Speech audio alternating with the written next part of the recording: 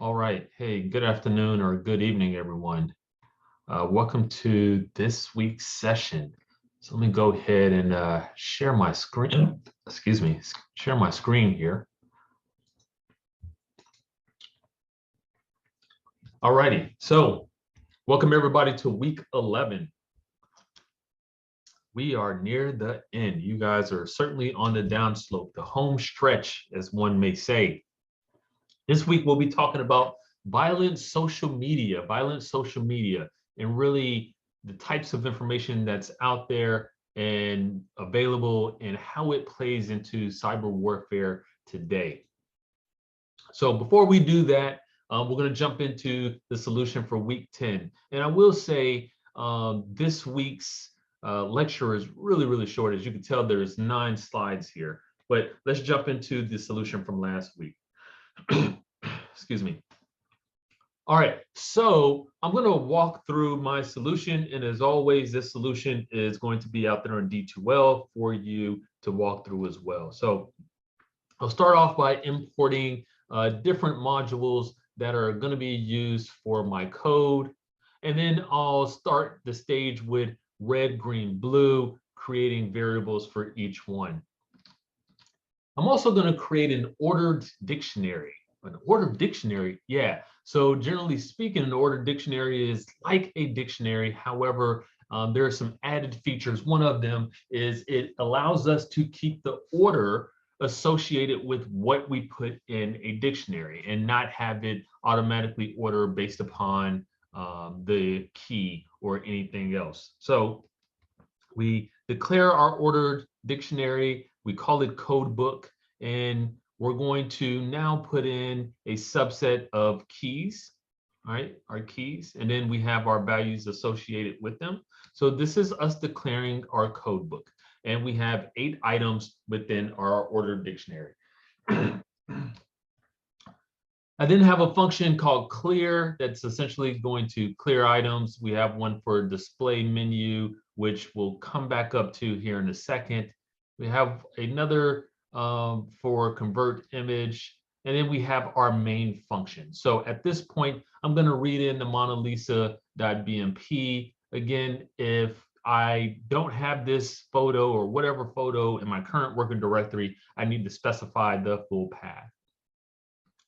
I'm then going to create a list of lists that I call LSB list, and each one of them leaks back to my code book. So when you look at this, there's 8 items here, right?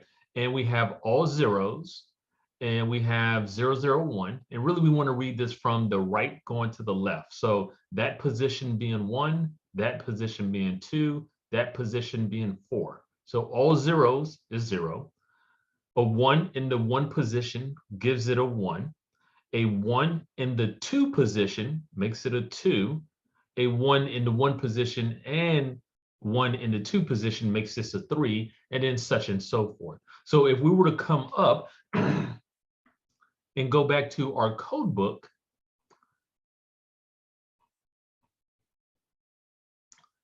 those lists of lists essentially link up with this. Okay, so that's cool. We now create 2 empty lists, which we'll come to here in a second, and then we're going to prompt the user. Now, I'll just go over the linear aspect because really that's what we were focused on. So I'll put in an L. No matter how I put that L in, it's going to change it to upper. It's going to check to see if it's an R or an L. If not, then it would essentially put the user back in a loop, forcing them to continue on. Now we're going to display menu. This is that function that I mentioned that I have up above, and it literally displays my code book as a menu-like item. I'm going to put in 2 items that I want to add in my message. So we'll do number 2. Okay, and it's going to check if I supplied 55. 55 is creating the new image, which I didn't. It's going to check to see if we did 99, which we didn't. It's then going to check to see if it's an L for linear. If it's not an L, then it would insinuate at this point that we did a random. Now, at this point, it's going to go into this object that we have where we're supplying LSB list with our selection. Okay, so at this point, our selection is 2 because that's what we ended up putting in here. And then we're going to supply that to the LSB list. Okay, and then that's going to be supplied to that object. So I'll step actually in that. We have our LSBs where we're putting a declaration there and then specifying these variables. So at this point, we have 0, 1, 0. Okay, well, why is that the case? Well, because 0, 1, 0, that 1 is in the 2 position, and we specified a 2.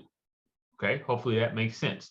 We're now going to have a loop within a loop, and what we're going to get is the column and row of our pixels or of our image, right? We're then going to supply that and store it as pixels. So the first one we grab has 32, 32, 64. We're going to now take the pixels themselves and then store them in their applicable color. So we have red, we have green, and then we have blue. Okay, we're now going to obtain the LSB associated with each. And what we get from that are essentially all zeros, okay? Because, excuse me, I need to take a drink there. Because we ended up doing ANDing, and in that case, we didn't have anything that would have needed to be altered. Now, we're going to check to make sure our R of 0 doesn't equal our LSB, right? And we want to make sure that's the case for all of them. As long as one of these does not equal, then we can continue on. So we'll check real quick. All right, so we have at least one that does not equal. And the reason for this is we don't want to have us trying to hide 0, 0, 0, and then the first set of pixels that we grab are 0, 0, 0, because then it defeats our purpose. So we're going down the line until we get to a point where we don't have one that actually matches. And from there, we're then going to specify our pixels that we want to alter, and we have them as 32, 32, 34. We're then going to break those out into individual variables, again, 32, 32, 64. And then here, we're going to check to see if R equals 0. And in this case, it does. So now it's going to go in and it's going to do a bitwise AND. So this is essentially going to keep it the same. We're going to check to see if this one equals 0, and in this case it doesn't. So it's not going to go into that if block. Instead, it goes into the else block, and we have a bitwise OR. And really what we should write out here is +1, because really what this is going to do is turn that 0 to a 1. We'll come down to the next one. We'll do the same thing. That's going to be 0, 0. So it will go in and it will stay as such. So now we're going to take those declarations and we're going to set them as our altered pixels. So 32, because that first one was 0, right? So it didn't change. This one should be up by 1, which it is, because it used to be 32, 32, and then 64. And then this last one, can't recall, it was 0, so it should have stayed 64. All right, so really the only aspect that changed here was our green pixel. Nonetheless, we're then going to save our altered pixel to the positioning in which we initially grabbed that data. We're then going to move on to the next row and append. Now, at this point, it brings us back to our code book because it's going to display the menu again. So it's already converted this message for us, and then we would be able to continue to do the same with the rest of them, depending on how many we want to do. Now, I'm done here, so I'm going to go ahead and type 55, and then we see, hey, if selection is 55, then go into this block of code. And essentially, this is going to allow us to create our altered image, if you will. It's going to check to make sure all is good. We are good. And then at this point, our script is going to end. And that is all we did in that aspect, right? So really, it's a rinse and repeat of sorts. We have a code book that's associated with a list, right? We're able to specify a placement, which then grabs the item of the list, the specific spots that we want to change. We find pixels that don't match what we're trying to change it to, and where it does, then we're going to incorporate some bitwise, either AND or XOR, and then we're going to store that back. So let me take a second here and see if we have any questions. Nope. Okay, awesome. And again, I'm going to have this in D2L as soon as we get done here, so you'd be able to take this, run through it as many times as you would like. So I mentioned this week, it's going to be very short, and really, you guys have been working very hard in the Python course, and I commend every one of you. So as we get into our assignments this week, the good news and some bad news here are a little bit, disparate, if you will. So from a bad news perspective, you got 2 assignments. From a good news perspective, not one of them is programming. So this is a week where we're really going to take an opportunity to take some technical jargon and some thought process and put it on paper, and that's what you're going to submit. And a little bit more on that when we get to the end. So we've already done that demonstration. So I posed 4 questions, and these questions aren't necessarily, for you all to answer, right now, if you will, but they're really points more or less for you to ponder on, to think about, and really consider. So do you believe that social media can and is being used to manipulate society? Some will say yes, others will say no. It will be interesting, the population that says, yes or no, what type of work are they in, right? If you were to ask, let's say my mother, right, who's not very technologically savvy, she could go in either direction, but she's looking at it from a perspective of where she currently, sits and what she knows about it, if you will. So let's say for a second that we all agree that it is being used to manipulate society. And this isn't one of those things that, I'm looking for a debate, if you will. So for lacking that, let's just say we all agree that it does manipulate society. Do we believe it's effective? Well, again, that goes back into the beholder, right? Yes, my mother, again, much older than me, and she'll talk about, her time when she was my age and how things were versus what I believe it is now, or what she believes it is now, right? So again, it's very subjective. But from a cyber perspective, could we think of these manipulations, if you will, some form of behavior associated with cyber warfare?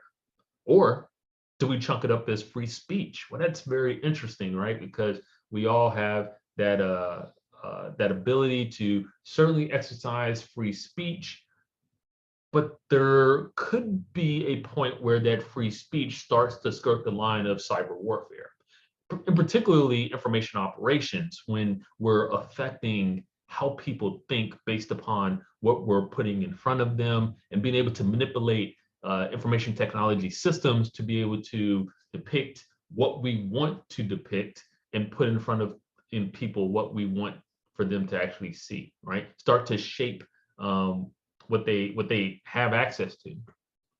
Maybe you've been in front of somebody having a conversation, and you talked about a particular thing. Maybe you said, hey, I'm gonna cut my grass today because it's sunny outside. And then next thing you know, you're on a social media platform and they're showing you items about cutting grass, maybe lawnmowers and weed eaters and things like that, right? So from that perspective, we can possibly argue that that's a form of cyber warfare, but really from that perspective, it's more in the sense of ads and being able to do advertisement, but it certainly could be manipulated and used in a different manner.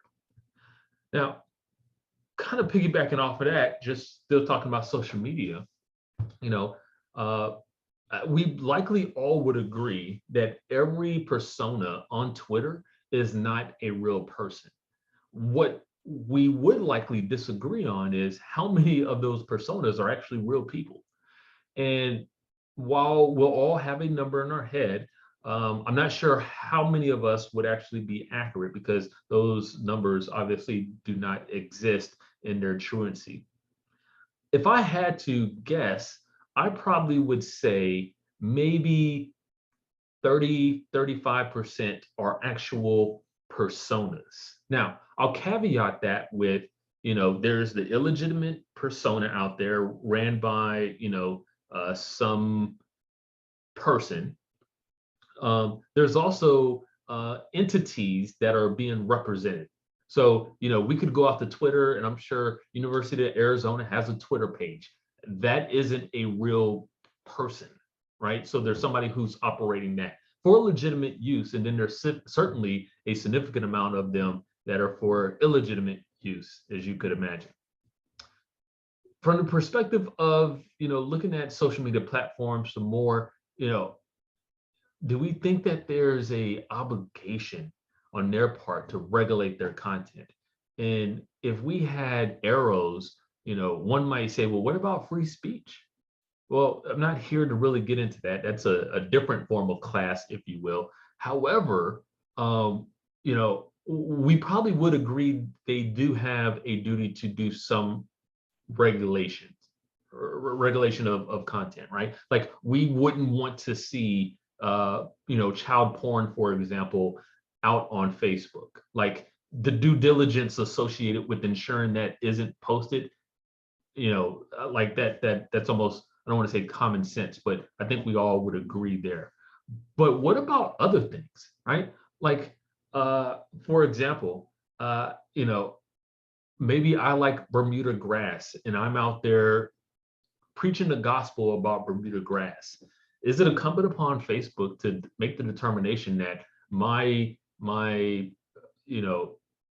thoughts on Bermuda grass should not be out there for the free world, and to be able to minimize and reduce, and in some cases eliminate said content?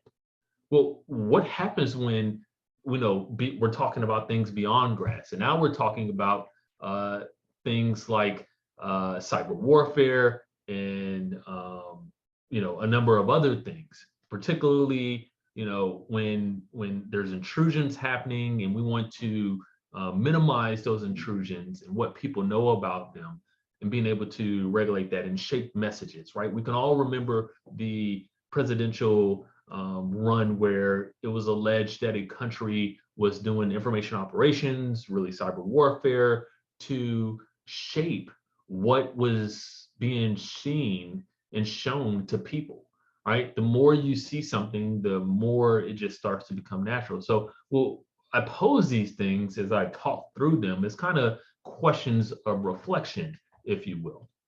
Now, as we talk about social media, we can't miss talking about Facebook or Meta or whatever they call themselves today, right? This is about less than 6 months ago where the whistleblower within Facebook was talking about, if Facebook is the problem, is social media regulator the fix? Well, that's a touchy subject, particularly when we talk about protecting adolescents and our freedom of speech, a number of other things. But certainly some of these things, like a Facebook, could be misused and is certainly being misused today. Now, depending on your level of dependence, and I'll say dependence loosely, there are some people who don't do social media at all. There are some people that are I don't want to say social media people, but they do it sparingly. And then there's other people who they're on there every second of the day. But nonetheless, we essentially could find ourselves in essentially an echo chamber, right? And from that perspective, we're talking being able to be caught up in our own bias. Like, I know this is happening, and you just don't know for sure. However, you have told yourself and you believe that to the T, and now you're preaching that, for lack of better words, to other people, right? And guess what? Sooner than later, the algorithms start to catch in, and now that content is being delivered to other people based upon them looking at other things. And now we have either a large scale amount of misinformation, or we have a large scale amount of information. But nonetheless, we could all find ourselves in such a place, right? So this is very interesting. I put these links up here because they're certainly worth checking out. So that brings me to one of two of our assignments. So both of these are papers, and I don't want you to think of them like papers, right? So we're talking one, maybe 2 pages at the very most, right? Somewhere around the 1-page mark is really what I'm looking for. And your paper should answer these 2 questions, right? And it should be in the form of an actual paper, right? Like, I don't need a title page. I'm less about the formatting and more about the content. What I don't want people to do is write the question back in the paper and then put the answer. I already know this is going to be the first question, so give me a paragraph that talks about this, describes it, and has some actual reference to legit stuff, and then have a paragraph or so that addresses this one.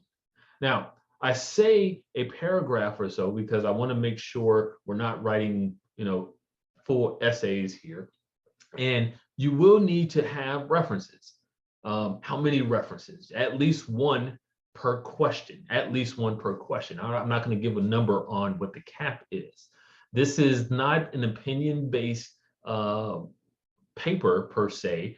I'm looking for facts. I'm looking for you to find facts that either highlight, the aspect of this, either proving it or disproving it in that manner. So as we know, Wikipedia is not a good reference. I'm not going to get, I'm not very uptight, if you will, about what's a good reference versus another one. But I think at this point, you all have a good understanding of that at your present point in college. However, if you do have a question about if something is a good reference or not, please feel free to reach out to me and we can have that conversation.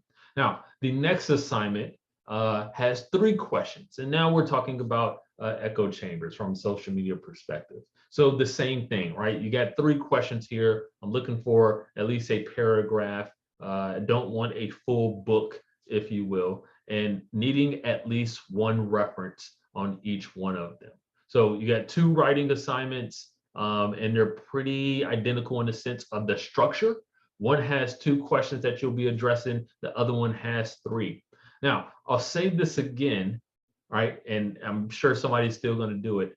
Please do not put the question in your paper. I already know the first part that you're going to talk about in the assignment 16 will be defining echo chambers. And you'll be able to talk about it in your paragraph in such a way where I'll clearly understand what it is. But please do not copy and paste the question and put it in your paper. Please do not copy and paste the question and put it in your paper. Okay, so that brings us to the end. Next week, we're back in Python heavy, doing actual code. I think you're certainly going to like next week as well. And again, we're coming close to the end here. So please stay the course and finish strong. Let's see here. We got a question.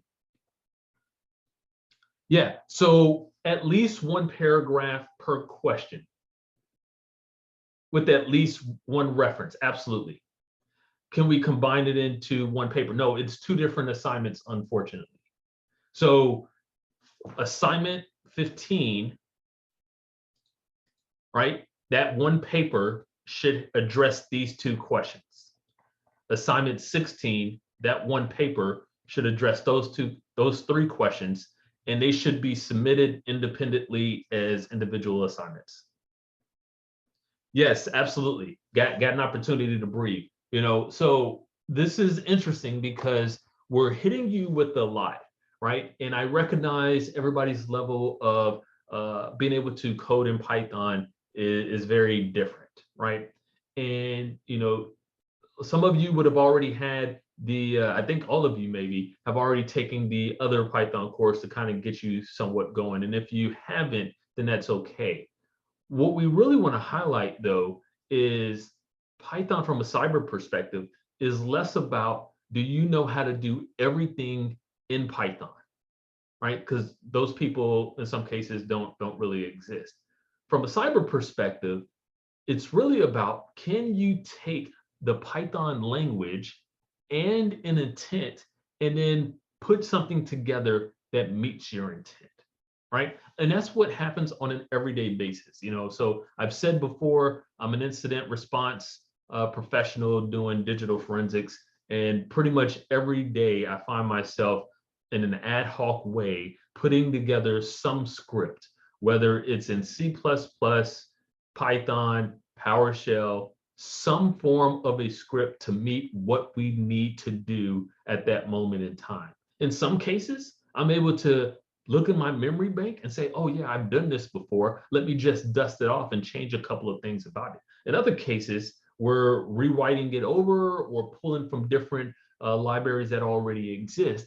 But really, that's realistic, right? And I don't know who's all in this field already or who's not, but certainly the idea here is for you to be able to take the language and get after a specific task.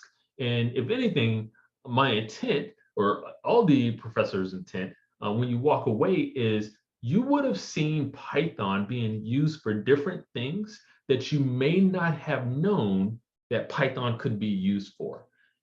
And if that's the case, for me, that is success for you. Because if you don't use it tomorrow, it might be a year from now, but you'll be able to at least be like, oh yeah, you know what? I can alter photos. Oh yeah, you know what? I can loop through a file and look for a specific data, right? It's rinse and repeat. So yes, got a week off, and I hope you all enjoy it. TK, no worries there to your message. Okay, I will pause here. Hold on, I got one more. Yeah, so there is actually, let me look. No, so there is not any reading material for this week's quiz, unfortunately. But I will say this in reference to it. I don't want to say you should not have a problem. However, it's one of those things where it's not a real quiz like what we've done this week, right? So it's really a question, if you will, that you're going to answer. So it's going to talk about some social media stuff, and you're going to write a short paragraph or two associated with what they're asking you in there. So I don't want to read it word for word, but hopefully that's helpful. There's no reading material where there's multiple choice or anything like that. This is again another smaller writing assignment, if you will. Okay, awesome. So I will pause here. Let me make sure there's no other questions from anyone. All right, so nothing heard. All right, so thanks everyone for joining in, standing by this week. If you have any questions or anything, I hope to get your assignment for this week. As always, I look to get it graded tonight. However, realistically, it's going to be tomorrow or Saturday. But thanks for joining in. We'll talk to you all soon. Bye.